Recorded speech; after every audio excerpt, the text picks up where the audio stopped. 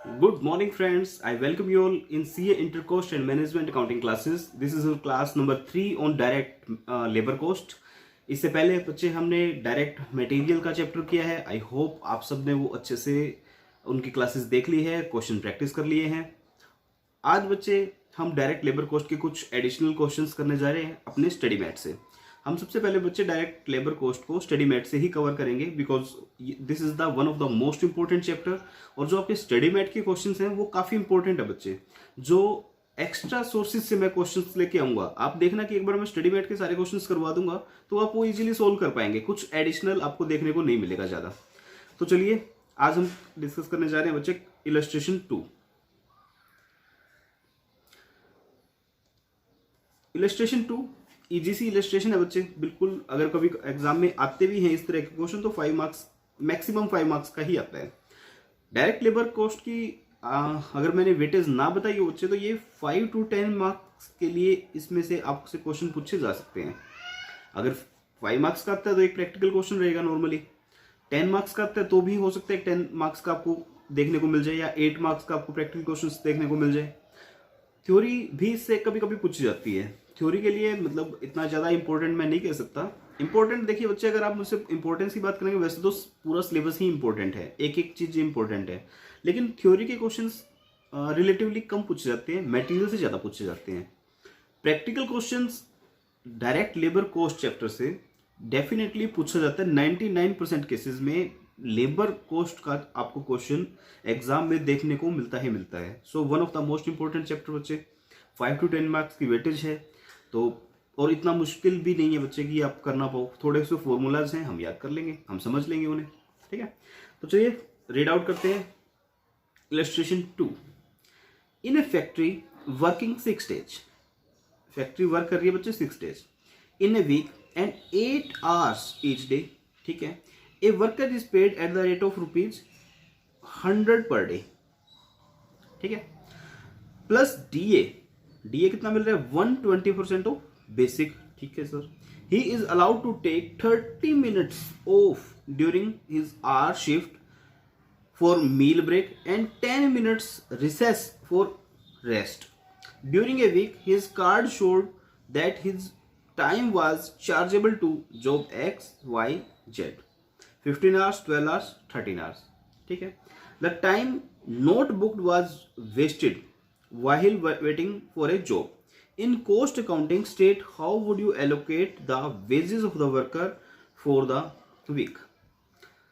देखिए बच्चे क्या कहता है ये. पहले क्वेश्चंस को थोड़ा सा समझ लीजिए. हमें करने तो सारे क्वेश्चंस हैं. ठीक है, पहले इसको समझिए. कहना क्या चाहता है? ये कहना चाहता है कि कोई वर्कर है हमारे पास, वो डिफरेंट जॉब्स पे वर्क कर रहा है. ठीक है, और डिफरेंट जॉब्स पे जब वो वर्क कर रहा है तो उसका कुछ एलोकेशन बता रखे कि हम उसे 100 रुपीज पर डे देते हैं, प्लस में डीए देते हैं 120% ऑफ बेसिक, दैट इज 120. ठीक है, उसके बाद कहते हैं जी उसको 30 मिनट्स और 10 मिनट्स का हम क्या देते हैं? ऑफ भी देते हैं. और इन्होंने बताया कि 15, 12 और 13 आवर्स इस बंदे ने 3 जॉब्स पे खर्च किए हैं. और कहते हैं जो एक्स्ट्रा टाइम है, जो एक्स्ट्रा इसके अलावा जो टाइम बचा है वो क्या हुआ? वो आइडल टाइम है. इसमें लिखा है ना वेस्टेड. तो वेस्टेड का मतलब क्या है बच्चे? वो आइडल टाइम है. और आइडल टाइम भी कौन सा है? वेस्टेड लिखा है बच्चे. वेस्टेड वर्ड देखिए, वेस्टेड, तो इसका मतलब एबनॉर्मल आइडल टाइम है वो. ठीक है, चलो उसको हम डील कर लेंगे किस तरह से वो एबनॉर्मल है, किस तरह से नॉर्मल है. फिलहाल तो ये देखिए कि इसने बताया है कि 30 मिनट्स और 10 मिनट्स का ऑफ देते हो. आइडल टाइम तो ये भी है, लेकिन ये तो नॉर्मल है, आप देते हो, हर रोज ही देते हो, तो कुछ स्पेशल नहीं है. तो पहले तो ये चेक करते हैं कि उसको वर्क करना कितना चाहिए था. ठीक है, एक बार वैसे चेक करो इसको कितने टाइम काम करना था. कहाँ गया 8 hours. 8 hours अगर ये बंदा एक दिन में काम करता है, मैं यहां लिख लू 8 hours, और इसको पर डे 30 मिनट्स और 10 मिनट्स का बच्चे ब्रेक मिलता है. तो मैं इसमें से माइनस कर दूं 30 प्लस में 40, 30 प्लस में 10, 40 मिनट्स का ये काम नहीं करता. तो इफेक्टिवली ये कितने घंटे काम करता है? अगर मैं 8 hours को मिनट्स में लिखूं तो बच्चे कितने मिनट हो जाते हैं? 60 into 8, यही बात होगी ना. और इसमें से मैं 40 मिनट्स काम करता ही नहीं, तो ये मेरे एक दिन के मिनट्स हो गए. और मुझे कितने दिन के चाहिए बच्चे? मुझे चाहिए 6 days के, क्योंकि फैक्ट्री कितने दिन किस टाइम वर्क कर रही है? 6 days. यहाँ लिखा हुआ है ए factory working 6 days in a week.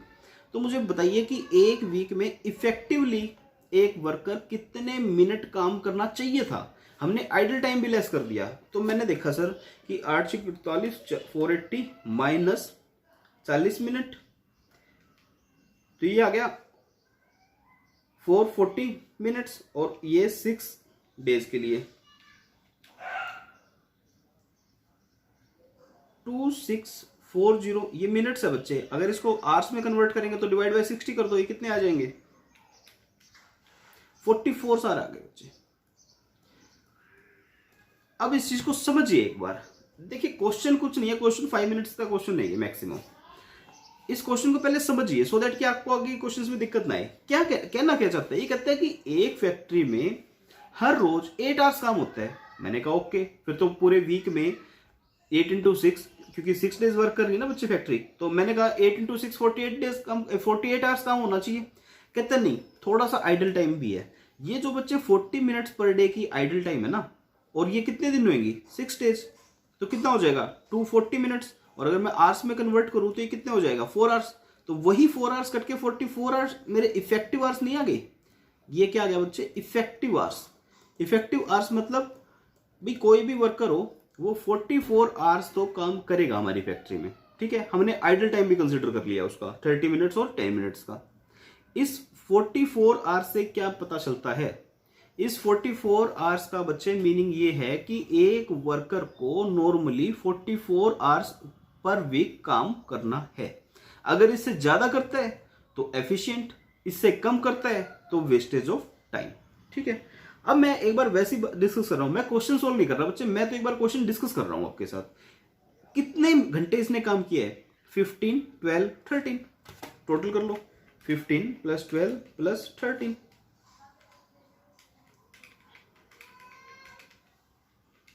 40 hours काम किया बच्चे इसने। हमने कहा इफेक्टिव आवर्स कितने होने चाहिए थे, इफेक्टिव आवर्स सर होने चाहिए थे 44, और कहते काम कितना किया आवर्स वर्कड, कितने घंटे इसने काम किया है, इसने बच्चे काम तो किया है ओनली 40 आवर्स। इसका मतलब 4 आवर्स इसने क्या किया है बच्चे वेस्ट किए हैं। इसने बात की थी ना कि कुछ घंटे वेस्ट हो गए हैं, तो 4 आवर्स बच्चे इसने वेस्ट किए हैं, ठीक है। कोई बात नहीं, ट्रीटमेंट क्या ट्रीटमेंट कर देंगे, ट्रीटमेंट अपने से छुपा थोड़ी ना है, तो ट्रीटमेंट का इशू नहीं है। पहले चेक करो हुआ क्या है, 44 आवर्स से काम करना चाहिए था, इसने काम किया बच्चे 40 आवर्स, इसका मतलब 4 आवर्स इसने वेस्ट किए हैं। कोई बात नहीं, कहते हैं अब पूछ रहे आपसे, कहते हैं time note book was wasted, ये बता दिया हमने।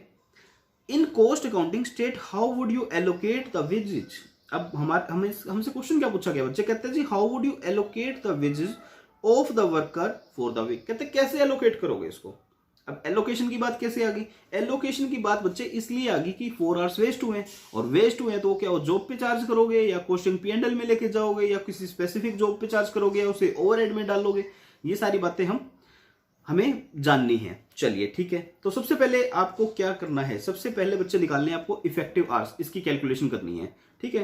तो आप क्या लिखोगे, अब मैं क्योंकि क्वेश्चन सोल्व है बच्चे तो मैं टाइम वेस्ट नहीं करूंगा, ठीक है। आपको भी थोड़ी जल्दी होती है, मुझे भी जल्दी है, ठीक है। जो अनसोल्व क्वेश्चन है वो अपन करेंगे अलग से, इससे क्वेश्चन करेंगे, जो सोल्व करके दिए हुए हैं मैं उसको अलग से नहीं दिखाऊंगा कर करके। ये मैंने वैसे 44 आवर्स आपको दिखा दिया। तो ये क्या कहता है, कहते हैं सबसे पहले आप टोटल इफेक्टिव आवर्स की कैलकुलेशन करो। कैसे निकालेंगे आवर्स, कहते हैं जी 8 आवर्स पर डे काम करते हैं। मैंने कहा ओके। कहते हैं 6 डे इन ए वीक काम करते हैं। मैंने कहा ठीक है, फिर तो 48 आवर्स काम होना चाहिए था आपका। कहते हैं नहीं 8 आवर्स में से हम क्या करते हैं, हम 30 प्लस में 10 मिनट्स का ब्रेक देते हैं इनको, ठीक है। तो मैं इसको डिवाइड बाय 60 कर दूं तो ये आवर्स हो जाएंगे, और इंटू 6 कर दूंगा तो ये कितना आ जाएगा 44 आवर्स आ जाएगा, ठीक है। इन्होंने भी ऐसे किया हुआ है 8 hours 30 minutes plus 10 minute into 6 days. तो बच्चे ये जब तक इसको 60 से डिवाइड नहीं करोगे तो क्या ये आवर्स बन पाएंगे, नहीं बन पाएंगे ना। तो आप इस तरह से कर लेना इसको। तो ये 44 क्या आ जाएंगे बच्चे आपके इफेक्टिव आवर्स। इतने घंटे तो काम करना चाहिए था, आपने किया नहीं किया, अभी देख लेते हैं। उसके बाद हम आगे बच्चे इसके नीचे कहते हैं total wage for a week. अच्छा टोटल वेज मैंने कैलकुलेट नहीं की, मैं करवा के दिखाता हूँ। कहते हैं टोटल वेज भी बताओ भाई। अब टोटल वेज जिसे क्या मिलती है बच्चे, टोटल वेज देखो, कहता है इसकी बेसिक वेज कितनी है। अगर मैं टोटल वेज की कैलकुलेशन करूं तो इसकी बेसिक वेज कितनी होगी बच्चे, बेसिक कितनी है इसकी, बेसिक कहता है जी 100 है। मैंने कहा ओके। इसके बाद इसको डीए मिलता है कितना 120%, तो 120% के अकॉर्डिंग कितना हो जाएगा 120, तो इसकी बेसिक वेज कितनी होगी बच्चे 220, और 6 डेज की कितनी हो जाएगी 220 इंटू 6 1320 रुपीज। भाई वेरी सिंपल यार, 8th क्लास का क्वेश्चन है, कहते हैं बेसिक पेज 100, मैंने कहा DA 120 rupees, total 220 rupees, 6 days इसने वर्क किया तो इंटू 6, वीकली वेज क्या होगी 1320। अब मुझे एक चीज बताइए, 1320 इसको मिल रही है, ये कितने आवर्स के लिए मिल रही है, ये 44 आवर्स के लिए मिल रही है या 40 आवर्स के लिए मिल रही है। एग्जाम में कंफ्यूजन यही तो होता है बच्चे, अगर आप इस पे अभी टाइम लगा लेंगे तो एग्जाम में टाइम नहीं लगाना पड़ेगा, अटेम्प्ट भी नहीं लगाने पड़ेंगे अपने को, पहली बार में गाड़ी पार। ठीक है, तो बताइए 1320 जो आपकी कॉस्ट है, इस एम्प्लॉय को आप वीकली 1320 रुपए 1320 रुपीज की जो पेमेंट कर रहे हो, ये पेमेंट कितने टाइम के लिए कर रहे हो, 44 आवर्स के लिए कर रहे हो या 40 आवर्स के लिए कर रहे हो। एक बार खुद से क्वेश्चन पूछिए, आपके मन में क्वेश्चन आएगा 40 आवर्स के लिए कर रहे हो ना बच्चे ना, आप उसको 44 आवर्स के लिए पेमेंट कर रहे हो। आपने कहा आप 8 घंटे हर रोज काम करेंगे, आप 8 आवर्स वर्क करेंगे, ठीक है, 40 मिनट्स आपके क्या हुए बच्चे, आपका आइडल टाइम है, 40 आवर्स आपका आइडल टाइम है। तो idle time is like a normal wastage, एक नॉर्मल वेस्टेज की तरह ट्रीट करते हैं। ठीक है, तो हमने कहा कि 44 आवर्स तो आपको नॉर्मली काम करना है, एक्चुअल में वर्क हुआ है 40 आवर्स, तो कहीं ना कहीं गलती है ना, कहीं ना कहीं हो सकता है एम्प्लॉय की गलती हो सकता है एम्प्लॉयर की गलती हो। अब मैं 40 आवर्स से क्यों डिवाइड करूं, सपोज करो हमने एम्प्लॉय को बुलाया, ठीक है, एम्प्लॉय आया फैक्ट्री में, बैठा है वो, हमारे पास रॉ मटेरियल नहीं है, हमारे पास पावर सप्लाई नहीं है, ठीक है, कोई भी प्रॉब्लम हो गया यार, मशीन ब्रेक डाउन होगी, एम्प्लॉय की गलती है नहीं बच्चे, एम्प्लॉय की तो कोई गलती नहीं है, एम्प्लॉय को तो 1320 रुपीज देने पड़ेंगे। ठीक है, तो ये कहता है कि देखो इफेक्टिवली आपकी पर आर की क्या रेट है, तो इफेक्टिव अगर आपको निकालना है तो आप इफेक्टिव आवर्स लोगे पहले, तो मैंने 40 नहीं लेना बच्चे, हम क्या लेंगे 44 लेंगे इसमें, तो ये कितना आ जाएगा 1320 डिवाइड बाय 44, तो आपकी इफेक्टिव रेट जो आएगी बच्चे 30 रुपीज पर आवर हो जाएगी। ठीक है भाई, आपको इफेक्टिवली 1 घंटे के कंपनी 30 रुपीज पे कर रही है, इस चीज को समझिए बच्चे, मैं बार बार बोल के आपको इसीलिए बता रहा हूं कहीं छोटा सा भी कंफ्यूजन ना रहे। मैं 40 ले लेता हूं, चलो एक बार मैं आपकी पॉइंट, आपके मन में अगर ये बात आ रही होगी 40 लेना चाहिए, मैं 40 ले लेता हूं बच्चे। ठीक है, मैंने कहा मैंने 40 रुपीज ले लिया, मैंने 1320 को 40 से डिवाइड कर दिया, तो ये आ गया बच्चे आपका 33 रुपीज। अब मुझे एक बात बताइए, जो वेस्टेज हुई थी उसका आपने क्या किया, क्योंकि जो आपने 40 आवर्स काम किया था वो तो आपने काम किया है ना, इनका टोटल 40 आवर्स था आपका। ठीक है, 40 आवर्स तो आपने जॉब्स पे काम किया है, तो जो टाइम आपने वेस्ट किया वो कहां गया। अब सपोज मैं कहता हूं कि ये इस बंदे ने सपोज ये 15 12 13 ना करके हो गए, इस तरह से काम किया होता 5 आवर्स 2 आवर्स और 3 आवर्स, टोटल 10 आवर्स वर्क किया होता, तो क्या मैं इसको 10 से डिवाइड करके 132 रुपीज का आर्ली रेट बना देता? नहीं ना, किस लिए बना देता बच्चे, मैं अपने प्रोडक्ट को किस लिए महंगा कर दूं। आपने मटेरियल की बातें की थी, एबनॉर्मल वेस्ट होती तो कॉस्टिंग P&L में लेके जाते थे ना, तो जब एबनॉर्मल वेज लग रही है आपको, एबनॉर्मल वेज की कॉस्ट आपको बियर करनी पड़ रही है, तो आप उसे क्यों प्रोडक्ट में ऐड कर रहे हो। आपका प्रोडक्ट बच्चे कंपिटिटिव ही नहीं रहेगा। एक एम्प्लॉय है, मैंने जींस की फैक्ट्री की बात की थी आपसे, मैंने कहा सर एक एम्प्लॉय है हमारी फैक्ट्री में आता है, नॉर्मली 10 जींस एक दिन में वो स्टिच करता है। ठीक है, हम उसे 10 जींस स्टिच करने के सपोज 500 रुपीज देते हैं, तो पर जींस उसको 50 रुपीज की पेमेंट हो रही है। अब मान लो वो एम्प्लॉय एक दिन में सिर्फ एक ही जींस स्टिच कर रहा है, और गलती किसकी, गलती सपोज फैक्ट्री की है, किसी भी कारण से काम नहीं हो रहा। ठीक है, हमारे पास रॉ मटेरियल नहीं था, रॉ मटेरियल इवनिंग में आया, और वो जो हमारा एम्प्लॉय था वो एक ही जींस स्टिच कर पाया, तो बच्चे एक जींस की कॉस्ट हमारे लिए एक स्टिचिंग कॉस्ट क्या होगी 500 रुपीज नहीं होगी। तो क्या मैं ये लिख दूं कि 500 रुपीज मेरी कॉस्ट है ना, क्या वो 500 कॉस्ट एक जींस पे एलोकेट करने से आपका प्रोडक्ट मार्केट में बिक जाएगा? क्या नहीं बिकेगा ना बच्चे। तो नॉर्मली हम क्या करते हैं कि इफेक्टिवली इफेक्टिव आवर्स क्या है हमारे, मैंने कहा इफेक्टिव आवर्स है सर 44 आवर्स, मतलब इफेक्टिवली एक एम्प्लॉय को 44 आवर्स काम करना था। काम कितना किया उसने एक्चुअल में मैटर नहीं करता यार। आप देखो 44 आवर्स वर्क करना था, 1320 की हमने उसको नॉर्मली पेमेंट करनी थी, इसका मतलब 30 रुपीज पर आवर की उस एम्प्लॉय को पेमेंट होनी थी। ठीक है, अब मैं कहता हूं इसने बंदे ने काम कैसे किया, XYZ जॉब पे, ठीक है, तो 15 आवर्स इसने काम किया, हमने कहा 30 रुपीज तेरा रेट है। यहाँ पे इसने 12 आवर्स काम किया, 30 hours per rate job rate है। 13 आवर्स इसने यहाँ काम किया, 30 रुपीज जॉब रेट है। कितना आ जाएगा, 450 रुपीज, 360 रुपीज और 390 रुपीज। अब एक बार टोटल करके देखो कितना आता है, 450 प्लस में 360 प्लस में 390, ये आया बच्चे 1200।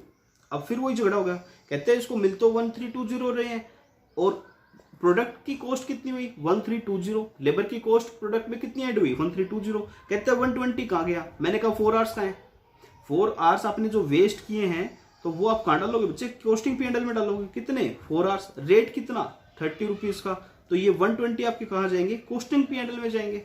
भाई कोई और गलत काम कर रहा है तो प्रोडक्ट उसकी कॉस्ट क्यों भुगते। अब मेरे को एक चीज बताओ, ये जो 4 आवर्स आपने वेस्ट किए थे आप एलोकेट करके दिखा दो किसी भी जॉब के ऊपर, कोई मान जाएगा क्या। ये जॉब का क्या है, मतलब इनका 1% रिस्पॉन्सिबल भी होता है, कौन एलोकेट करने देगा आपको इस तरह से। जो ये वेस्ट आर किए आपने, वेस्ट हमेशा बच्चे ये वेस्ट एबनॉर्मल नेचर का है, क्योंकि नॉर्मल नेचर का तो हम कंसीडर कर ही चुके हैं। नॉर्मल नेचर का क्या था 30 मिनट्स एंड 10 मिनट्स, वो नॉर्मल था, वो तो हम कंसीडर कर चुके। एबनॉर्मल नेचर का अगर कोई भी वेस्ट है, चाहे वो मटेरियल में है, लेबर में है, ओवरहेड में, कहीं भी है, वो हमेशा कॉस्टिंग P&L में चार्ज होता है। तो हमने ये 4 आवर्स को बच्चे कॉस्टिंग P&L में चार्ज करके 120 रुपीज कॉस्टिंग P&L में ट्रांसफर किए और जो बाकी बचा हुआ है वो हमने जॉब को एलोकेट कर दिया। अब इस क्वेश्चन का एक बार आंसर आप देख लो, इसमें से बता देता हूँ। तो total wages for a week कितनी होगी, 100 प्लस 120%, ये मैंने बता दिया आपको। वेज रेट पर 30 रुपीज कैसे निकाला बच्चे, इसने इस तरह से निकाला 1320 डिवाइड बाई 44, ठीक है, ये आ जाएगा आपका 30 रुपीज। उसके बाद कहते हैं टाइम वेस्ट कितना किया, टाइम वेस्टेड, तो इसको 44 आवर्स काम करना चाहिए था और इसने 3 जॉब्स में मिला के 40 आवर्स काम किया, तो 4 आवर क्या हो गया बच्चे, वेस्टेड हो चुके, एबनॉर्मल आइडल टाइम है। अब एबनॉर्मल आइडल टाइम आप पूछोगे कैसे पता चल गया एबनॉर्मल है सर, नॉर्मल तो बता दिया बच्चे, तो नॉर्मल जो बता दिया तो उसके बचा हुआ एबनॉर्मल ही हुआ ना, ठीक है। उसके बाद इसने जॉब कॉस्टिंग की एलोकेशन करके दिखाई है, जो मैंने आपको ऊपर ही करके दिखा दी थी। इस तरह से हम करेंगे, हम ये कॉस्टिंग P&L में चार्ज करेंगे 4 आवर्स को 30 रुपीज के रेट से 120 रुपीज चार्ज करेंगे और ये 1200 रुपीज आपके बच्चे चार्ज किस में होंगे, प्रोडक्ट को चार्ज होंगे। आई होप आपको समझ में आ गया होगा यार, इतना मुश्किल भी नहीं है। चलिए आगे आते हैं। उसके बाद बच्चे कंसेप्ट आता है ओवर टाइम, इंपॉर्टेंट है, पता होना चाहिए ओवर टाइम का ट्रीटमेंट क्या होता है। और ओवर टाइम एक्चुअल में होता क्या है ये देखिए। ओवर टाइम का मतलब है आप एक्स्ट्रा काम कर रहे हो, आप एम्प्लॉय हो, नहीं आप एम्प्लॉय नहीं हो बच्चे, आप आर्टिकल हो, एम्प्लॉय नहीं हो आप, ठीक है, आप आर्टिकल हो बच्चे, आप अपने ऑफिस में काम करते हो, आपका मालिक, आपका एम्प्लॉयर आपसे एक दिन में कितने आवर्स काम करवा सकते हैं। जो आपके बायलॉज हैं सी आर्टिकलशिप के, उसमें लिखा है कि आपसे I think 35 hours a week आपसे काम करवाया जा सकता है मैक्सिमम, इतना ही है, या 40 होगा, 35 to 40 है शायद, ठीक है। अब मुझे बताओ अगर आपसे 40 आवर्स से ज्यादा काम करवाया जाता है, जो कि एक्चुअल में करवाया जाता है, वो क्या है बच्चे, वो ओवर टाइम है। ठीक है भाई, आपको उसके लिए कोई अलग से पेमेंट नहीं मिलती, आप ओवर टाइम भी करते हो और पेमेंट भी नहीं मिलती, ठीक है। ओवर टाइम का मतलब बच्चे हम बात करेंगे लेबर की, ठीक है।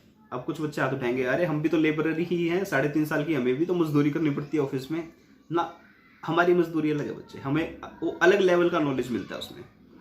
एक लेबरर है बच्चे, एक फैक्ट्री में जाके वो काम करता है, तो उसको क्या बोला जाता है कि आपको नॉर्मली इतने घंटे काम करना पड़ेगा। मैंने कहा सर आपको 8 आवर्स पर डे काम करना पड़ेगा, कहता है ठीक है सर। अब मान लो कंपनी के पास कोई सडन एक बड़ा ऑर्डर आ जाता है और कंपनी के पास नए वर्कर्स हैं नहीं, कंपनी इन्हीं वर्कर्स को कहती है देखो तुम ये अपना है ना प्रोडक्शन बढ़ाओ यार, हम तुम्हें ना एक्स्ट्रा पेमेंट कर देंगे। तो एम्प्लॉइज ने 8 आवर्स के जगह 2 आवर्स 2 आवर्स का काम ज्यादा किया, इसे क्या बोलेंगे, इसे बोलेंगे ओवर टाइम। भाई कंपनीज में या फिर कहीं भी आप काम करते हैं तो टाइमिंग फिक्स होती है। भाई आपको सुबह 10 बजे से लेके इसको 6 बजे तक काम करना है, ठीक है। तो 6 बजे बच्चे वो 6 जैसी बजते हैं, फैक्ट्रीज में आपने देखा होगा एक भोपू सा बजता है, एक सीटीसी बजती है, एक सायरन सा बजता है 6 बजे, और सारे के सारे वर्कर अपनी शिफ्ट छोड़ के बाहर आ जाते हैं। ऐसा होता है बच्चे, मैंने देखा है, मेरे जहाँ मैं रहता हूँ वहाँ पे है एक फैक्ट्री, नॉर्मली ऐसा होता है। तो इनके जो स्टार्टिंग टाइम होता है उस टाइम भी एक वो सायरन या कुछ भी बोल दो उसमें वो बजता है, और एक जैसे ही टाइम खत्म होता है उस टाइम भी एक शिफ्ट चेंज होती है जिस टाइम, तो उस टाइम भी एक साउंड बजती है, काफ़ी तेज होती है वो साउंड। तो जैसे ही 6 बजेंगे एम्प्लॉयज़ बाहर, लेकिन फैक्ट्री के मैनेजमेंट इससे रिक्वेस्ट करती है, कहती है देखो आपको ये 8 आवर्स तो काम करना ही करना है, आप करो, हम आपको इसकी पेमेंट तो दे ही रहे हैं, आप जितना भी एक्स्ट्रा काम करोगे, आप जो ये 2 आवर्स एक्स्ट्रा काम कर रहे हो, हम आपको इसकी डबल पेमेंट करेंगे। मतलब आप 2 घंटे काम करो, हम आपको 4 घंटे की पेमेंट देंगे, ठीक है। हम आपको 4 आवर्स की पेमेंट करेंगे, आप 2 घंटे काम करोगे, हम आपको 4 आवर्स की पेमेंट करेंगे। एम्प्लॉय भी लालच में कहता है यार सही है, 2 घंटे काम करेंगे, 4 आवर्स की पेमेंट लेके जाएंगे, तो एम्प्लॉयज भी राजी हो जाते हैं। ओवर टाइम करते हैं बच्चे बहुत, जितने भी एम्प्लॉयज हैं नॉर्मली। कुछ जो हमारे, हम सीएस को तो नहीं मिलता यार ओवर टाइम, देखो कभी नहीं मिलता, हमारे लिए तो 24 आवर्स की जॉब होती है। लेकिन जो एक दो सॉफ्टवेयर कंपनीज भी है, मैंने सुना है कुछ एम्प्लॉय, उनको भी अपने, उनके जो एम्प्लॉयज होते हैं उनको भी ओवर टाइम मिलता है। उनकी जैसे 9 आवर्स की जॉब होती है, 9 आवर्स के बाद जितना भी टाइम वो लगाते हैं अपने ऑफिस में, उसका उन्हें ओवर टाइम अलाउंस मिलता है, ठीक है। अपने को नहीं मिलता यार, सीएस को नहीं मिलता, हम तो 12-12, 15-15 घंटे भी लगा देते हैं कई बार ऑफिस में। यार अपने को मिलता होता ना तो आप कंपनी खाली कर देते हैं, आप वो घर आते ही नहीं ना, ठीक है। तो खैर छोड़ो बच्चे उन सब बातों को, फाइनेंशियल टर्म से हम एक बार हटते हैं, हम बात कर रहे हैं अपने मजदूरों की, लेबर की। तो लेबर बच्चे जितने आवर्स ज्यादा काम करेगा, ओवर टाइम करेगा, उसको डबल रेट से पेमेंट मिलती है, ठीक है। तो ओवर टाइम क्या, work done beyond normal working hours is known as overtime work. अब ये नॉर्मल वर्किंग आवर्स क्या होते हैं बच्चे, नॉर्मल वर्किंग आवर्स फैक्ट्री भी बताती है, फैक्ट्री एक्ट भी बताती है, स्टैच्यूटरी लॉज होते हैं कई सारे, फैक्ट्रीज एक्ट है जैसे, वो भी बताता है कि नॉर्मल वर्किंग आवर्स क्या होते हैं। अब कोई फैक्ट्री ये नहीं कह सकती कि हमारे यहाँ तो 12 आवर्स नॉर्मल वर्किंग आवर्स है एक दिन में, नहीं, ऐसा नहीं हो सकता। कानून से ऊपर बच्चे कोई भी कंपनी नहीं हो सकती। कानून, दैट इज फैक्ट्रीज एक्ट, उसमें लिखा है कि आप एक एम्प्लॉय से एक दिन में 9 आवर्स काम करवा सकते हो। अगर आप 9 आवर्स से ज्यादा काम करवाते हो, आपको उसको डबल रेट से पेमेंट करनी पड़ेगी ओवर टाइम के लिए। 9 आवर्स से अगर उसने आधा घंटा भी फालतू काम किया है तो वो आधा घंटा, वो that half hour will be calculated as that what, overtime. वो हाफ एन आवर उसका क्या होगा बच्चे, ओवर टाइम होगा, और ओवर टाइम के लिए आपको डबल रेट से पेमेंट करनी होगी। तो कोई भी फैक्ट्री बच्चे कानून से ऊपर नहीं हो सकती, जो कानून बना हुआ है उसको आपको फॉलो करना ही करना होगा। तो ये कहते हैं नॉर्मल वर्किंग आवर्स। अब एक फैक्ट्री, अब फैक्ट्रीज एक्ट में क्या लिखा है बच्चे कि 9 आवर्स पर डे आप काम करवा सकते हो फैक्ट्री, लेकिन फैक्ट्री कहती है जी हमारे लिए तो normal working hours per day है 8 आवर्स। तो हाँ जी 8 आवर्स हो सकते हैं, आप कानून को सुपरसीड नहीं कर सकते, आप कानून से ऊपर नहीं जा सकते। आप एम्प्लॉयज की भलाई के लिए कह सकते हो कि हाँ हमारे यहाँ तो 8 आवर्स से नॉर्मल वर्किंग आवर्स है, 8 आवर्स से ज्यादा कोई भी अगर काम करता है तो हम उसको ओवर टाइम अलाउंस देंगे, तो आप ये कर सकते हो। लेकिन 9 आवर्स से आप ऊपर नहीं जा सकते बच्चे, ठीक है। Over time payment is the amount of ways paid for working beyond normal working hours. Over time payment consist of 2 elements, एक तो नॉर्मल वेज, ये तो मिलनी ही मिलनी है for overtime work, and that second is premium payment for overtime work. ऐसा नहीं कह सकते सर आप कि अगर आपका नॉर्मल टाइम है 8 आवर्स और प्लस में आपने 2 आवर्स काम करवाया तो आप कह दो कि नहीं हम 10 आवर्स की पेमेंट कर देते हैं। नहीं सर, आपको 10 नहीं, आपको 12, जो कि ये 2 है ना, इसको 2 से मल्टीप्लाई करके पेमेंट करनी पड़ेगी। आपको ओवर टाइम के लिए डबल रेट से पेमेंट करनी पड़ेगी। डबल रेट से ज्यादा भी कर सकते हैं, हाँ कर सकते हैं यार, क्यों नहीं कर सकते। डबल रेट से ज्यादा कर सकते हो, डबल रेट से कम नहीं कर पाओगे, ठीक है।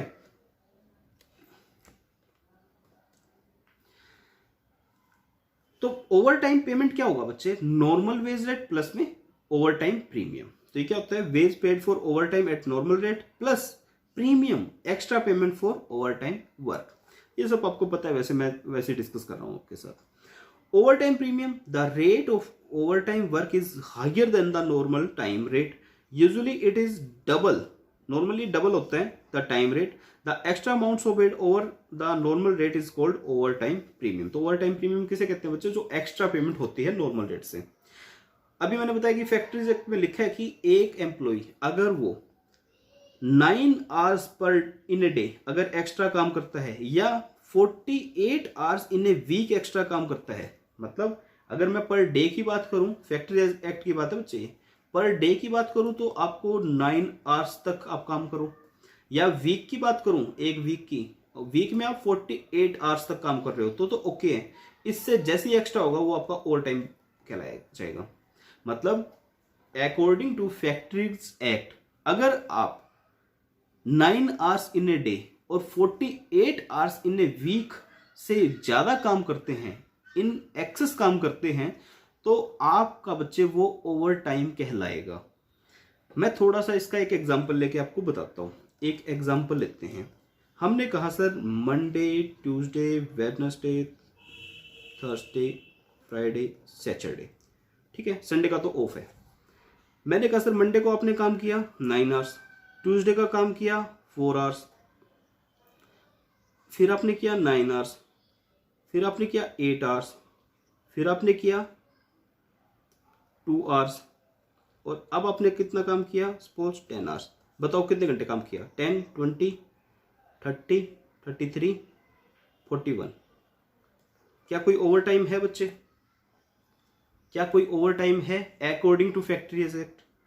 हाँ जी, यहां है 1 आवर का आपका ओवर टाइम है। आपने 48 आवर्स पर वीक काम नहीं किया तो भी बच्चे आपका क्या है, 1 घंटे का ओवर टाइम है। चलिए और एग्जाम्पल,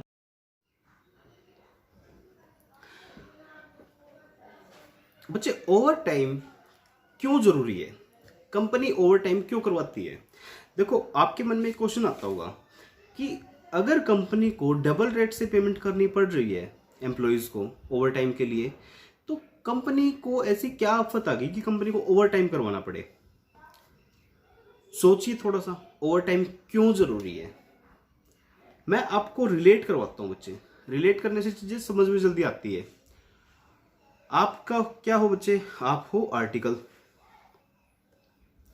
आप कौन हो बच्चे, आप हो आर्टिकल। 31 जुलाई आती है, ये क्या होती है बच्चे, रिटर्न फाइलिंग डेट। आपका एम्प्लॉयर आपको ये नहीं कहता कि देखो 15 to 31 जुलाई आपको ऑफिस में लेट आवर्स काम करना पड़ता है कि नहीं, करना पड़ता है ना। आपको जब आप नॉर्मली 6 to 7 PM अपने ऑफिस से निकल जाते थे, 15 to 31 जुलाई आपको 9 to 10 PM तक काम करवाया जाता है। आई डोंट नो आपके ऑफिस का क्या हाल है, मैंने तो किया बच्चे इस तरह से काम, 9 to 10 PM तक काम किया है। और बल्कि जो मेरे सीनियर्स थे, जिस फर्म में मैं काम करता था, मेरे जो सीनियर्स थे वो तो ये कहते थे कि हम तो 12-12 बजाते हैं अपनी इसमें फर्म में, अपने ऑफिस में 12-12 बज जाते थे मैं। तो ये क्या था बच्चे, ये सीजनल नेचर की आपकी डिमांड नहीं बढ़ गई थी एक बार। अगर मैं कंपनीज की बात करूं, कंपनी के पास सडन एक बड़ा ऑर्डर आ जाता है, तो अब बड़ा ऑर्डर को पूरा करने के लिए कंपनी क्या करती है, नए एम्प्लॉयज को रिक्रूट करने की प्रोसेस बच्चे लंबी है, ठीक है। आपको उस लेवल के स्किल्ड वर्कर्स भी ढूंढने पड़ेंगे। कंपनी कहती है देखो ढूंढने में है ना टाइम ज्यादा लगेगा, एक ऑर्डर है, हम ओवर टाइम करके करवा लेते हैं। भाई जो हमारे करंट में एम्प्लॉयज हैं वो तो स्किल्ड है ना बच्चे, वो तो ये काम करना जानते हैं। भाई सपोज हम मोबाइल असेंबली की हमारी फैक्ट्री है, हम मोबाइल्स को असेंबल करके सेल कर रहे हैं, एकदम से सडन इंक्रीज हो जाती है मोबाइल की डिमांड, तो अब जो मेरे वर्कर्स हैं, मुझे स्किल्ड वर्कर चाहिएगा ना बच्चे, अनस्किल्ड वर्कर थोड़ी ना, मैं किसी को उठा के थोड़ी ना बैठा दूंगा कि तुम मोबाइल असेंबली कर। जो मोबाइल असेंबली में स्किल्ड वर्कर वर्कफोर्स है मुझे वो चाहिएगी। अब उसे ढूंढने के लिए अब मेरे पास एकदम से डिमांड बढ़ी है, कोई पर्टिकुलर ऑर्डर है या फिर एकदम से डिमांड बढ़ी है, तो उसको एक बार उस डिमांड को पूरा करने के लिए हो सकता है कि मैं एक्स्ट्रा एम्प्लॉइज रिक्रूट ना कर पा रहा हूं, या फिर एक्स्ट्रा एम्प्लॉइज सपोज मिल भी नहीं रहे हैं, ठीक है। तो क्या होता है बच्चे कि एक बार सडन ऑर्डर को कंप्लीट करने के लिए हम अपनी एग्जिस्टिंग वर्कफोर्स को ही बोल देते हैं कि देखो ये आप ऑर्डर कंप्लीट करो, आप खुद ज्यादा एक्स्ट्रा काम करो, हम आपको इसके लिए एक्स्ट्रा पेमेंट कर देंगे। लेकिन बच्चे अगर रूटीन ही ये हो कि हमारी डिमांड ही ज्यादा है और ये एक नॉर्मल बिजनेस प्रैक्टिस है कि हमें ओवर टाइम तो करवाना ही पड़ता है, तो बच्चे ये एक हेल्थी बिजनेस प्रैक्टिस नहीं है। आप रूटीन बेसिस पे ओवर टाइम वर्क नहीं करवा सकते, बिकॉज ये आपकी कॉस्ट को इफेक्ट करता है। आप 4 आवर्स के लिए काम करवाते हैं, आपको 8 आवर्स के लिए पेमेंट देनी पड़ती है, तो बच्चे नॉर्मल सी बात है, आपकी कॉस्ट इंक्रीज होगी। लेकिन अगर ये ओकेजनल है, ये कभी कभी होता है, कोई स्पेशल ऑर्डर आता है, उसके लिए आपको ओवर टाइम करवाना पड़ता है, तो ये एक गुड साइन है, एक गुड प्रैक्टिस है। तो ये जो नीचे का पैराग्राफ है उसमें यही बात लिखी गई है बच्चे, एक बार देख लीजिए। Occasional overtime is a healthy sign. Healthy sign कैसे है बच्चे? ओकेजनल ओवर टाइम तो हमें यह बताता है कि हमारी 100% कैपेसिटी यूज हो रही है और हमारे पास और भी ज्यादा ऑर्डर हैं, तो ये हेल्थी साइन है।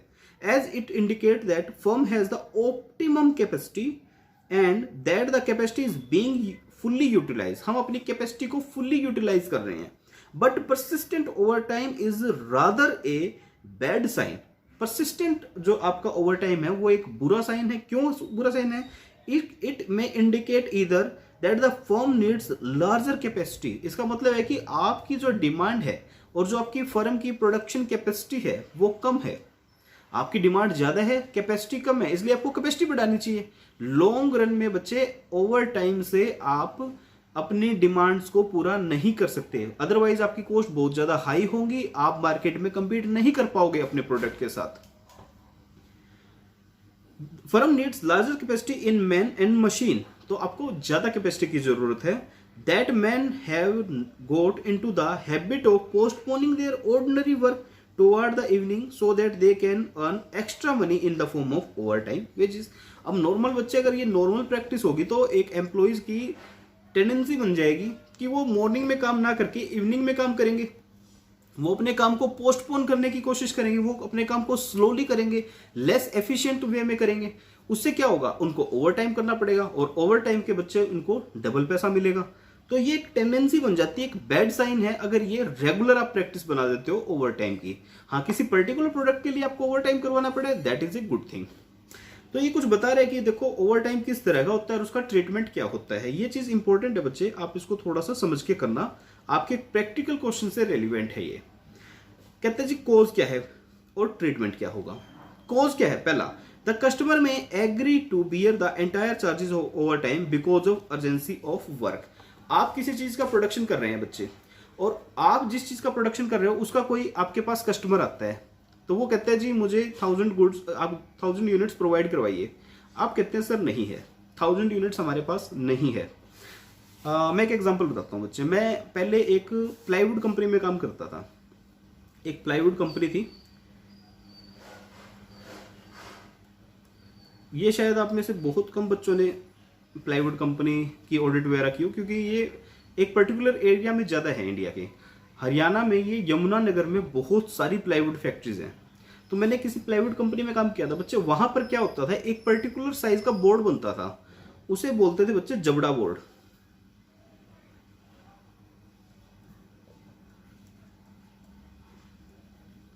ये जबड़ा बोर्ड होता था। अगर किसी को पता है तो बहुत अच्छी बात है बच्चे, आपको मतलब अलग अलग इंडस्ट्रीज की नॉलेज है, that is very good thing. तो जबड़ा बोर्ड बनता था बच्चे, और इसका प्रोडक्शन बड़ा लिमिटेड होता था। मतलब हम 100% जबड़ा बोर्ड नहीं बना सकते थे, हमारी थोड़ी सी कॉस्ट ज़्यादा होती थी इसकी।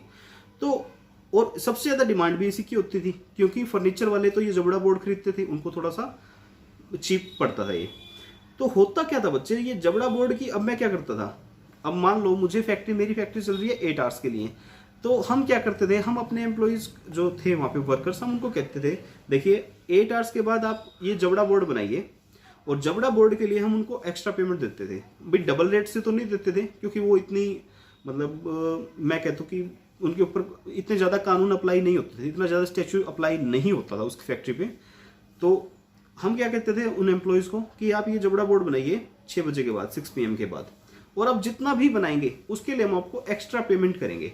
ये लगभग 1.5 टाइम्स होता था बच्चे, 1.5 टाइम्स के लगभग हम उनको पेमेंट करते थे नॉर्मल लेबर का। तो ठीक है, इसकी डिमांड भी अच्छी थी, सुबह जो रात को बनता था सुबह सेल हो जाता था, इतनी ज़्यादा डिमांड थी इस चीज़ की। तो ये क्या था बच्चे, अब मान लो मेरे पास कोई ये बोर्ड के लिए आता है, इस बोर्ड के लिए कोई ग्राहक मेरे पास आता है, वो कहता है जी मुझे 100 पीस आप जबड़ा बोर्ड बना के दे दीजिए। ठीक है, आप इसको सिंपली बोर्ड समझिए, जबड़ा तो उसका एक मतलब लोकल नेम है। आप इसे बोर्ड समझिए। कोई पर्सन आता है मेरे पास, कहता है जी मुझे 100 पीसेस बोर्ड बना के दे दीजिए। अब मेरी जो दिन की डिमांड, जो दिन की मेरी प्रोडक्शन है बच्चे, वो तो सेल हो जाती है। मैं कहता हूँ सर नहीं, मैं नहीं बना पाऊंगा क्योंकि मेरे पास लेबर नहीं है। वो जो सामने वाला ग्राहक है वो कहता है यार देखो प्लीज बना दो, आप एक्स्ट्रा जो ओवर टाइम करवा लो अपने एम्प्लॉय से, जो ओवर टाइम का एक्सपेंस होगा वो भी मैं दे दूंगा यार, ठीक है। तो अब क्या होगा, अब मैं अपने एम्प्लॉयज को, जो मेरे वर्कर्स हैं, उन्हें कहूंगा कि देखो 100 बोर्ड्स मुझे बना के दो, जो आपका ओवर टाइम है वो भी आपको मिलेगा। और ये ओवर टाइम देखो मैं नहीं दे रहा, ये ओवर टाइम मेरा कस्टमर देगा। तो ये मैं क्या करूंगा बच्चे, मैं ये 100 बोर्ड के की जो कॉस्ट आएगी ना, ओवर टाइम भी उसी से चार्ज करूंगा। क्यों कस्टमर खुद कह रहा है भैया मेरे को बना के दे दो। अगर कस्टमर के 100 बोर्ड बना के दे दो मेरे को, तो ठीक है, तो मुझे क्या ओवर टाइम उस जॉब पे चार्ज करना चाहिए। एग्जाम्पल बच्चे फिर से इस चीज को समझ के चलिएगा। मैंने कहा सर अब बोर्ड की भी छोड़ो, मैं सिंपली कहता हूं, एक कस्टमर आपके पास आता है, वो कहता है सर मुझे 100 यूनिट्स किसी चीज की चाहिए, और नॉर्मल आपका उसका रेट है बच्चे सपोज 50 रुपीज, तो वो आपको बच्चे 5000 रुपीज देगा। आप उसे कह सकते हो कि ओवर टाइम दे, नहीं। लेकिन आपके पास यही पर्सन आता है, यही कस्टमर आपके पास आता है, ये कहता है सर मुझे 100 यूनिट्स चाहिए। आप कहोगे देख भाई मेरे पास फिलहाल तो ये चीज है नहीं, बनवा के दे सकता हूँ। कहता है हाँ सर बनवा दो, कोई दिक्कत नहीं है। मैंने कहा देख बनवा तो मैं दूंगा, लेकिन ये ओवर टाइम में बनेगी चीज, तो ये 5000 तो तुझे देने ही देने पड़ेंगे, प्लस में तुझे 1500 ओवर टाइम के भी देने पड़ेंगे एम्प्लॉइज के। अब कस्टमर अगर एग्री हो जाता है 6500 रुपीज देने के लिए, तो ठीक है, मैं पर्टिकुलर जॉब पे चार्ज कर दूंगा वो ओवर टाइम कॉस्ट, जो ये मेरे 1500 एक्स्ट्रा ओवर टाइम के लगेंगे, ये मैं इस पर्टिकुलर जॉब को चार्ज कर दूंगा। और अगर ये कस्टमर कहता है नहीं सर मैं तो 5000 ही दूंगा, तो दो ही चीजें होगी बच्चे, या तो मैं ऑर्डर रिजेक्ट कर दूंगा, ये सर हम नहीं बना के दे सकते, और अगर मैं बनाऊंगा तो ये 1500 बच्चे कॉस्टिंग P&L में लेके जाऊंगा, मैं इस जॉब पे चार्ज नहीं कर सकता, या मैं इसे ओवरहेड में चार्ज करूंगा, वो एज द केस में भी वाली सिचुएशन हो जाएगी। तो सिंपल सी बात है बच्चे, इन शॉर्ट समझिए कि अगर कोई कस्टमर रिक्वेस्ट कर रहा है कि मुझे आप ये चीज बनवा के दीजिए, मैं ओवर टाइम की भी पेमेंट करूंगा, तो वो ओवर टाइम आप कस्टमर से चार्ज कर लोगे। अब पढ़िए क्या कहते हैं, if overtime is restored to at the desire of the customer, customer की इच्छा है सर ये, देन ओवर टाइम प्रीमियम में भी charge to the job directly. तो आप उस जॉब को, उस जॉब का मतलब उस वर्क को, ये 100 बोर्ड्स है ना, इसको, इसकी बात कर रहे हैं, तो कहता है आप उस जॉब को चार्ज कर सकते हो। Very very simple. सेकेंड बात आती है जी, overtime may be called for to make up the shortfall in the production due to some unexpected development. भाई आपके पास कोई ऑर्डर था पहले से, ठीक है, आपको कोई ऑर्डर मिला है, बड़ा ऑर्डर आपके पास, और आप उस ऑर्डर को पूरा नहीं कर पा रहे हो with in given time frame. बच्चे क्या होता है कंपनीज में, जब परचेज ऑर्डर मिलता है ना, आपके पास एक परचेज ऑर्डर आ गया है, मतलब आपको गुड्स सेल करनी है, तो उसके अंदर एक टाइम लिमिट भी दी होती है कि आपको with in this given time आपको ये गुड्स हमें डिलीवर करनी है। अब बच्चे दो चीजें होगी, या तो आप प्रोड्यूस कर लोगे या प्रोड्यूस नहीं कर पाओगे। अगर आपने प्रोड्यूस कर ली तो कोई इशू नहीं है, आप डिलीवर कर दोगे। अगर आपने प्रोड्यूस नहीं कर पाए बच्चे, तो आप क्या करोगे, आप सामने वाले को कह सकते हो कि सर इतनी बन गई, एक बार इतनी ले लो आप। नहीं बच्चे, पेनल्टी क्लोज होते हैं, अगर आप टाइम पे गुड्स सप्लाई नहीं करते तो कंपनी को पेनल्टी भी बियर करनी पड़ती है। अब उस पेनल्टी से बचने के लिए कंपनी हो सकता है अपने एम्प्लॉइज को कहे कि यार तुम ओवर टाइम करो, ये हमें गुड्स इस डेट को डिलीवर करनी है। तो ओवर टाइम बच्चे उस केस में भी हो सकता है कि आपका जो प्रोडक्शन है वो शॉर्ट कर रहा है और आपको किसी ऑर्डर को कंप्लीट करना है। दूसरा बच्चे, अगर टाइम पे आप ऑर्डर सप्लाई नहीं करते तो आपकी रेपुटेशन लॉस भी होता है। नॉट ओनली पेनल्टी, आपकी रेपुटेशन लॉस भी होती है। अब जिस बंदे ने आपसे गुड्स परचेज किए हैं, अगर उसको टाइम पे गुड्स नहीं मिलेगी तो वो मार्केट में 4 बंदों को और कहेगा यार उनके पास तो है ना कैपेसिटी नहीं है, वो तो डिले कर देते हैं। अगर पेनल्टी नहीं भी है बच्चे, तो भी आपकी मार्केट में रेपो लॉस होती है। तो इसलिए हमें ऑलवेज अपने ऑर्डर टाइम पे डिलीवर करने होते हैं। तो इस तरह के शॉर्टफॉल को पूरा करने के लिए भी हमें कई बार ओवर टाइम करवाना पड़ता है। तो if overtime is required to cope with the general production program और for meeting urgent order, the overtime premium should be treated as overhead cost of the particular department और cost centre which work overtime. तो आप उस particular क्या करोगे, उस particular department को charge करोगे एज ए ओवरहेड कॉस्ट। मतलब इसको आप ओवरहेड कॉस्ट की तरह ट्रीट करोगे, प्रोडक्ट कॉस्ट की तरह ट्रीट नहीं करोगे, ठीक है। ना ही ये कॉस्टिंग P&L में जाएगा। कॉस्टिंग पी एंड एल में क्यों नहीं जाएगा बच्चे? क्योंकि ये आपका एबनॉर्मल नहीं है, ठीक है। ये किसी कोई प्रोडक्शन शॉर्टफॉल है, उसको कंप्लीट करने के लिए आप अपने लॉस को, जो प्रोबेबल लॉस को कम करने के लिए आपको इस तरह का कई बार ओवर टाइम बियर करना पड़ता है। तो ये आपका फैक्ट्री ओवरहेड्स का पार्ट बन जाता है। हम उस पर्टिकुलर डिपार्टमेंट पे जिसने ओवर टाइम किया है उसी पर ये चार्ज कर देते हैं। ये जब बच्चे आपको ओवरहेड वाला मैं चैप्टर करवा दूंगा ना, तब ये चीजें आपको बताने की जरूरत ही नहीं है, बहुत आसान हो जाती है ये। अभी अपने ओवरहेड नहीं पता, आपको नहीं पता अभी ओवरहेड के बारे में, इसलिए हो सकता है आपको ये ऊट पटांग से वर्ड लगते हो, अजीब से वर्ड, ओड से वर्ड लगते हो कि what is overhead, factory overhead, इस तरह के। बट सिंपल है बच्चे, कुछ भी नहीं है। उसके बाद आता है जी, overtime work may be necessary to make up a shortfall in production due to some fault of management. Management का फॉल्ट है और उस वजह से आप जो प्रोडक्शन है वो शॉर्ट किया हुआ है, तो आपको उसको कंप्लीट करना है। तो क्या होगा बच्चे, उसके बाद हम क्या करेंगे, if overtime is work in a department due to the fault of another department, the overtime premium should be charge to the later department. क्या कहना चाहता है? कहता है एक दो डिपार्टमेंट है और इनमें से किसी एक डिपार्टमेंट ने कोई फॉल्ट किया है, ठीक है, मतलब किसी एक डिपार्टमेंट ने अपनी जो प्रोसेस है उसे लेट कंप्लीट किया है, तो हम क्या करेंगे, एक बार फिर से पढ़िए इसको। क्या कहता है, if overtime is worked in a department, इस डिपार्टमेंट में वर्क हुआ suppose overtime, due to the fault of another department, नहीं ये ए डिपार्टमेंट है, ये बी डिपार्टमेंट है, ठीक है, इस डिपार्टमेंट ने काम किया और ये यूनिट्स इस डिपार्टमेंट को दी, अब इस डिपार्टमेंट को काम करना है, ठीक है। जैसे जींस फैक्ट्री की मैंने एग्जांपल लिया था, तो हो सकता है एक डिपार्टमेंट आपका कटिंग करके दे रहा हो और दूसरा डिपार्टमेंट आपका स्टिच करके दे रहा हो।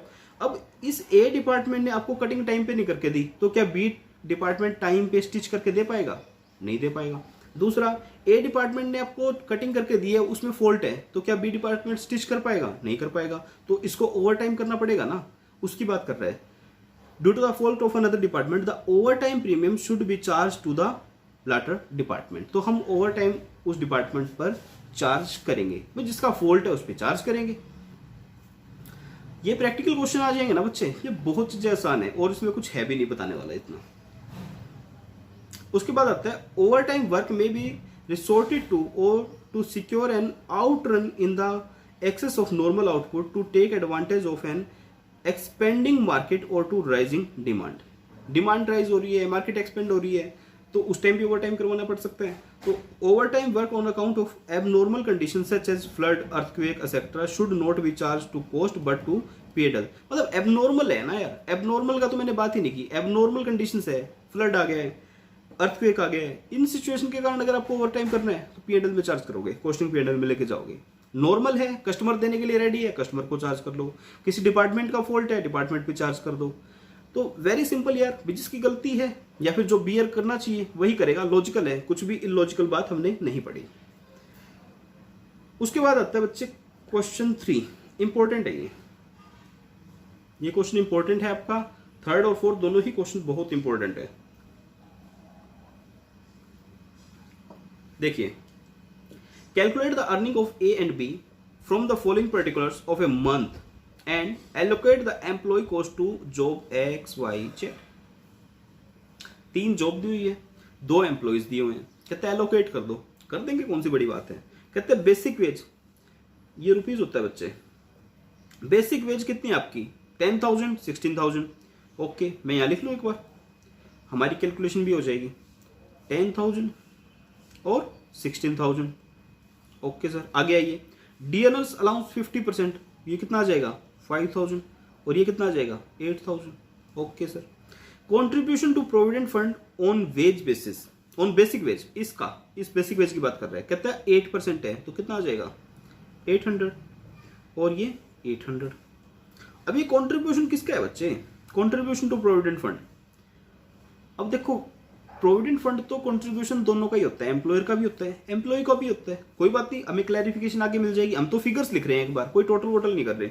फिर का contribution to ESI on basic wage, ये आएगा आपका 200, अरे ये 800 नहीं आएगा, ये आएगा 16,000 का आएगा बच्चे,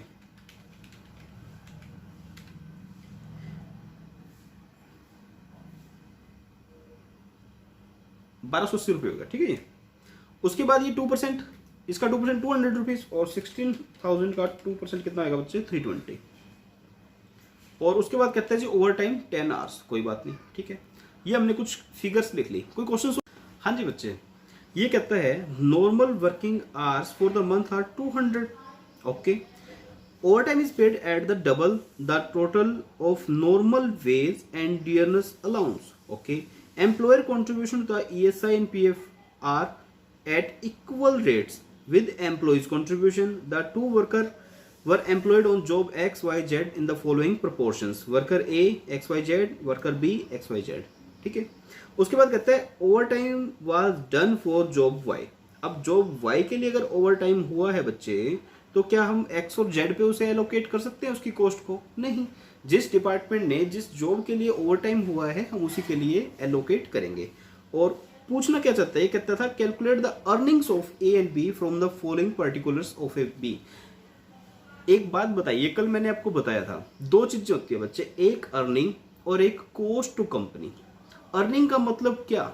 जो एम्प्लॉयज को मिलना है। कॉस्ट टू कंपनी का मतलब क्या? Cost of employ. तो हमें क्या चीज क्या कैलकुलेट करनी है बच्चे? हमें कैलकुलेट करनी है earnings of A and B। तो अर्निंग्स बच्चे क्या, मैं यहां से करवा देता हूं फटाफट से। क्या ये 10,000 और 16,000 अर्निंग है एम्प्लॉय की? बिल्कुल है सर, मैंने ऐड कर लिया बेसिक वेज। कितना कितना? 10,000 और 16,000। अब मुझे बताइए क्या DNS अलाउंस 5,000 और 8,000 क्या अर्निंग है? बिल्कुल है सर, क्यों नहीं है। तो मैंने 5,000 और 8,000 को भी ऐड कर लिया। उसके बाद मैंने कहा बच्चे कि क्या कॉन्ट्रीब्यूशन टू PF अर्निंग है एम्प्लॉय की? अर्निंग का मतलब बच्चे उसे कितना मिलना है। क्या उसे ये EPF अभी मिलेगा? नहीं, उसके तो अकाउंट से डिडक्ट होगा। अगर मैं देखो इस चीज में ये कंफ्यूज नहीं होना कि ये उसके अकाउंट में तो जाएगा ही। अर्निंग का मतलब आप मान के चलिए इन हैंड सैलरी, तो क्या ये इन हैंड उसे मिलेगा अभी? नहीं, अभी तो नहीं मिलेगा, अभी तो उसके अकाउंट से डिडक्ट होएगा। ठीक है, कोई बात नहीं, छोड़ो एक बार। उसके बाद ये कहता है अच्छा एम्प्लॉयर और एम्प्लॉय दोनों ही कंट्रीब्यूट करेंगे इसमें, ये चीज भी आपको ध्यान रखनी है। उसके बाद ये कहता है जी ओवर टाइम था 10 आवर्स का, ये हम कैलकुलेट कर लेंगे, कोई बात नहीं। तो एक बार ओवर टाइम कैसे कैलकुलेट करेंगे? हमने कहा अच्छा ओवर टाइम किसने किया है? ए ने किया है। तो 10,000 उसकी बेसिक पे थी, 5,000 उसका क्या था बच्चे? ये डियरनेस अलाउंस। तो टोटल सैलरी कितनी? 15,000। और नॉर्मल वर्किंग आवर्स कितने? 200। ये दे रखे हैं ना 200 नॉर्मल वर्किंग आवर्स। तो 15,000 डिवाइड बाई 200, इसका मतलब क्या हुआ? 75,000 पर आवर। अब उसने काम कितने घंटे किया बच्चे? 10 घंटे। तो 75 इंटू 10 ओवर टाइम प्रीमियम बता रहा हूं, तो 750 तो बच्चे उसका नॉर्मल होता ही होता है, 750 तो उसकी वेजेस है। और इसका 2 टाइम्स मतलब 1500 आपको क्या देना पड़ेगा? Over time wages. तो ये ओवर टाइम वेजेस आ जाते हैं 1500 आपका। कैसे आया ये? आपको 15,000 की पेमेंट करनी है, कितने आवर्स के लिए? 2 आवर्स के लिए। इसका मतलब आप 75 रुपीज पर आवर की पेमेंट कर रहे हो। तो 75 रुपीज पर आवर की पेमेंट कर रहे हो, तो 10 आवर्स की कितनी पेमेंट करोगे? 750। और डबल द रेट करेंगे तो इंटू 2, ये हो जाएगा आपका 1500। तो ये 1500 क्या आ गया बच्चे? ओवर टाइम वेजेस आ गया। ये आ गई है बच्चे आपकी ग्रोस वेज। अब ग्रोस वेज के बाद ही डिडक्शन होगी ना, तो अब हम बात करेंगे डिडक्शंस की। किसकी डिडक्शन की? एम्प्लॉयज की बच्चे, क्योंकि हम क्या चेक कर रहे हैं? इन हैंड सैलरी, हमारे हाथ में, हमारी पॉकेट में कितना आ रहा है, हम उसको चेक कर रहे हैं। अर्नड, तो अब आ जाइए नेक्स्ट पेज पे। कहता है जी कॉन्ट्रीब्यूशन टू प्रोविडेंट फंड, आपकी सैलरी में से कितना PF कटा है? 800 रुपीज और 1280, ये हमने कैलकुलेट करके देख लिया था। उसके बाद कहता है जी कॉन्ट्रीब्यूशन टू ESI, आपके 200 और 320 रुपीज किसकी चीज के लिए डिडक्ट हुए बच्चे? ESI के लिए। आपके जेब में कितना आया? आपकी पॉकेट में आया बच्चे 15,500 और 22,400। अब मुझे एक चीज बताइए, क्या मैं इसके ऊपर इफेक्टिव आर रेट लगा दूं, इसको डिवाइड बाय 200 करके रेट निकाल लूं? नहीं, ये तो बच्चे आपकी जेब में आया है। हम किसके ऊपर इफेक्टिव आवर्स लगाते हैं? हम इफेक्टिव आवर्स उस अमाउंट पे लगाएंगे जो हमारी कंपनी को कॉस्ट हो रही है। हमारी कंपनी को कॉस्ट कुछ और होती है, हमारी पॉकेट में कुछ और आता है। बीच का डिफरेंस कहां चला जाता है बच्चे? बीच का डिफरेंस चला जाता है स्टैच्यूटरी बॉडीज के पास। स्टैच्यूटरी बॉडी कौन हो गया? TDS डिपार्टमेंट मतलब income tax department, EPF department, ESI department, gratuity, पता नहीं कितने तरह के फंड्स होते हैं। तो ये कहाँ चला जाता है पैसा बच्चे? हमारा ये पैसा चला जाता है गवर्नमेंट के पास। तो कहते हैं जी गवर्नमेंट के पास जो चला जाता है, जो हमारी पॉकेट में आता है, उसका कुछ डिफरेंस होता है। तो कॉस्ट टू कंपनी पे कैलकुलेट करेंगे बच्चे हम इफेक्टिव आवर्स, ना कि सैलरी अर्नड। हमारी पॉकेट में कितना आता है, कंपनी को क्या मतलब है, कंपनी की पॉकेट से कितना जा रहा है, कंपनी को उस चीज से मतलब है। अब कंपनी की पॉकेट से क्या जा रहा है, मैं एक बार उसी वहीं पे आ जाऊं। क्या कंपनी की पॉकेट से 10,000 रुपए जा रहे हैं, बिल्कुल जा रहे हैं। मैं यहां लिख लूं 10,000 रुपीज क्या कंपनी के पॉकेट से जा रहे हैं, बिल्कुल जा रहे हैं। क्या ये 16,000 कंपनी के पॉकेट से जा रहे हैं, बिल्कुल जा रहे हैं सर। क्यों नहीं जा रहे, ए और बी। अब मुझे बताइए क्या 5,000 डीए कंपनी की जेब से जाएगा, हाँ जाएगा। और ये 8,000 ये भी जाएगा। कॉन्ट्रीब्यूशन टू पीएफ जो एम्प्लॉय की सैलरी से डिडक्ट किया, क्या वो कंपनी की जेब से गया, नहीं। लेकिन जो एम्प्लॉयर ने अपनी पॉकेट से दिया इक्वल अमाउंट, क्या वो कंपनी की पॉकेट से गया, हाँ जी वो गया। तो मैंने वो लिख दूं मैं, कितना आएगा, वो भी 800 रुपीज है और 1280 है, बिल्कुल सर। अब कॉन्ट्रीब्यूशन टू ईएसआई जो हमने सैलरी से काट लिया, जो हमने एम्प्लॉय की सैलरी से डिडक्ट कर लिया, क्या वो कंपनी की पॉकेट से गया, नहीं। कंपनी ने आपका टीडीएस डिडक्ट किया और गवर्नमेंट को डिपॉजिट करवा दिया, क्या कंपनी की पॉकेट से कुछ जाता है, नहीं। लेकिन जो ईएसआई की अमाउंट आप अपनी पॉकेट से निकाल के गवर्नमेंट को डिपॉजिट करवाओगे, वो तो आपकी पॉकेट से गया ना सर। तो वो कितनी अमाउंट है, 200 रुपीज और 320। इसके अलावा कोई आपने पेमेंट की है, नहीं, इसके अलावा कोई पेमेंट नहीं की। ओवर टाइम को एक बार छोड़ दो, कितना आ जाएगा, 10, 15 और 16,000। और ये आ जाएगा 24, 25, 25, 600। इतने बनेगा क्या ये, 24, 25, 25, 200, 25, 500, 25, 600, ये इतना ही बनेगा। अब आ जाओ नीचे, अब देख लो कॉस्ट टू कंपनी क्या बच्चे, ये रहा। क्या ये 1500 कंपनी की जेब से जाएगा, बिल्कुल जाएगा सर। अच्छा इन्होंने 10,000 और 15,000 को जोड़ लिया बच्चे, ठीक है ना। ये 10 और 15 को जोड़ के इन्होंने 15 बताया है, 10 और 5 को। और इसी तरह से 16 प्लस में 8 को जोड़ के इन्होंने 24 दिखाया। आप अलग अलग दिखा सकते हो यार, बेसिक प्लस डीए को आप अलग अलग दिखा सकते हो। उसके बाद एम्प्लॉयर का कंट्रीब्यूशन, बच्चे इसको चीज को नोट करना, ये एम्प्लॉयर का कंट्रीब्यूशन है क्योंकि एम्प्लॉयर की पॉकेट से जा रहा है। आप खुद एक बार फील करो कि आप खुद एम्प्लॉयर हो, आपको 1 मिनट में बात समझ में आ जाएगी। 200 रुपीज ये, 1280 और 380 है। तो ये हमारा कितनी अमाउंट आई थी बच्चे, 16,000 और 25,600। ये अमाउंट कंपनी की पॉकेट से बच्चे जा रहे हैं। अगर ये अमाउंट कंपनी की पॉकेट से जा रहा है तो हम इफेक्टिव आवर्स इसी अमाउंट पर लगाएंगे। इफेक्टिव आवर्स कितने बच्चे, 200। तो ऑर्डिनरी वेज रेट क्या आया, 80 रुपीज और 128 रुपीज। इस यहां तक कोई प्रॉब्लम हो तो एक बार फिर से इस चीज को रिकॉल कर लीजिएगा और फिर से देख लीजिएगा। एम्प्लॉय जो अर्न करता है, कंपनी को उससे कोई मतलब नहीं है। कंपनी क्या देखेगी बच्चे, उसकी पॉकेट से क्या जा रहा है, ठीक है। मैं एक बार फिर से आपको, कल मैंने बताया था, मैं एक बार फिर से बता देता हूं। भाई आपकी बेसिक वेज है, आपकी बेसिक वेज है सपोज 10,000, उसमें से बच्चे आपको कंट्रीब्यूशन देना पड़ा पीएफ के लिए, कितना, 1200 रुपीज। तो आपकी पॉकेट में कितना आया, 8800। लेकिन क्या 88 कंपनी के लिए 8800 रुपीज कॉस्ट है ना।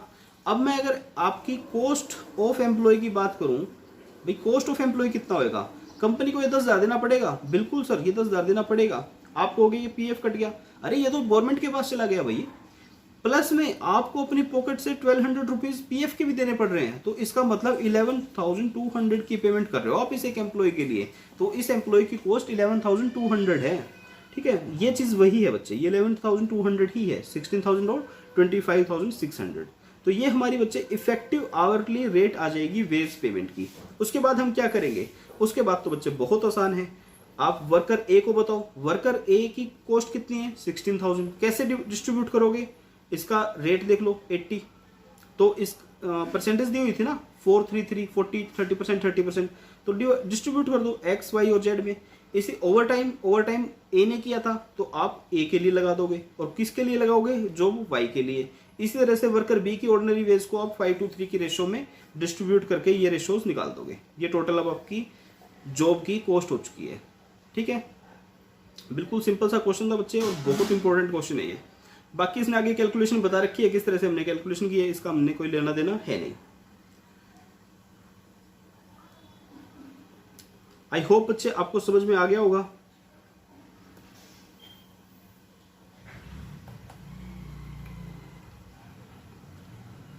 एक बार मैं फिर से बता देता हूं क्योंकि देखिए आपके आगे के क्वेश्चन आपके इन कंसेप्ट्स पे बेस करेंगे। अगर आपके ये कंसेप्ट अभी क्लियर नहीं है, आप आगे के क्वेश्चंस भी नहीं कर पाओगे बच्चे। ऑलवेज मैं बार बार एक चीज पे स्ट्रेस दे रहा हूं, दो चीजों में फर्क जाननी है। फर्स्ट थिंग कि एम्प्लॉय की पॉकेट में क्या रहे, और सेकंड थिंग, एम्प्लॉयर की पॉकेट से क्या जा रहा है, दोनों अलग अलग चीज है बच्चे। मेरी पॉकेट में आएगा डिडक्शंस होकर। मैं अगर बात करता हूं मेरी जो सैलरी है, अब मैं वेजेस ना करके एक बार सैलरी की बात करूं। सपोज मेरी सैलरी है बच्चे 6 लाख रुपीज पर एनम। अब उसमें से बच्चे मेरा पीएफ डिडक्ट हो जाता है सपोज 60,000, मेरा टीडीएस भी डिडक्ट हो जाता है बच्चे सपोज 10,000। तो मेरी पॉकेट में कितना आया बच्चे, मेरी पॉकेट में आया 5,30,000। लेकिन क्या कंपनी की कॉस्ट 530 है? क्या कंपनी अपनी बुक्स में 530 का खर्चा बुक करेगी क्या? अब आप कंपनीज की ऑडिट करते हो यार, आप ऑडिट करते हो तो आप ये देखिए क्या कंपनी के लिए मैं 6 लाख की कॉस्ट है मेरी? नहीं ना। आप कहोगे यार ये 6 लाख तो कंपनी को देने पड़ ही रहे हैं, प्लस में अगर आपने 60,000 अपने डिडक्ट करवाए हैं तो कंपनी ने भी तो 60,000 आपके अकाउंट में डिपॉजिट करवाए होंगे ना। तो मतलब 6 लाख तो कंपनी को देने ही देने पड़ेंगे, प्लस में 60,000 पीएफ में भी आपके डिपॉजिट करवाए होंगे। टीडीएस का कोई मतलब नहीं है, टीडीएस हमारी सैलरी से डिडक्ट होगा और गवर्नमेंट के अकाउंट में डिपॉजिट हो जाएगा, उसका एम्प्लॉयर से कोई लेना देना नहीं होता। इसका मतलब कंपनी के लिए मैं 6,60,000 रुपीज मेरी कॉस्ट है, लेकिन मेरी पॉकेट में कितना आ रहा है बच्चे 530। बाकी डिफरेंस कहां चला गया? पीएफ डिपार्टमेंट के पास चला गया, ठीक है ना। वो मुझे लेटर ऑन मिल जाएगा, लेकिन मैं आज की बात करूंगा कि आज मेरी पॉकेट में कितना आ रहा है और कंपनी क्या कहेगी आज उसकी पॉकेट से कितना जा रहा है। तो ये क्या है बच्चे, ये कॉस्ट टू कंपनी है सीटीसी, और ये क्या है, इन हैंड है। ठीक है, अगर आप इस चीज को समझ पा रहे हो बच्चे तो आपको ये इस क्वेश्चन में किसी तरह की कोई प्रॉब्लम नहीं होनी चाहिए। फिर भी बच्चे अगर आपको किसी तरह की प्रॉब्लम है मुझे एक मैसेज दे दीजिएगा व्हाट्सएप पर, मैं दोबारा करवा दूंगा। मुझे कुछ बच्चों के मैसेज मिलते हैं बच्चे व्हाट्सएप पर, मैं उन्हें व्हाट्सएप पे भी उनकी क्यूरी सोल्व कर देता हूँ।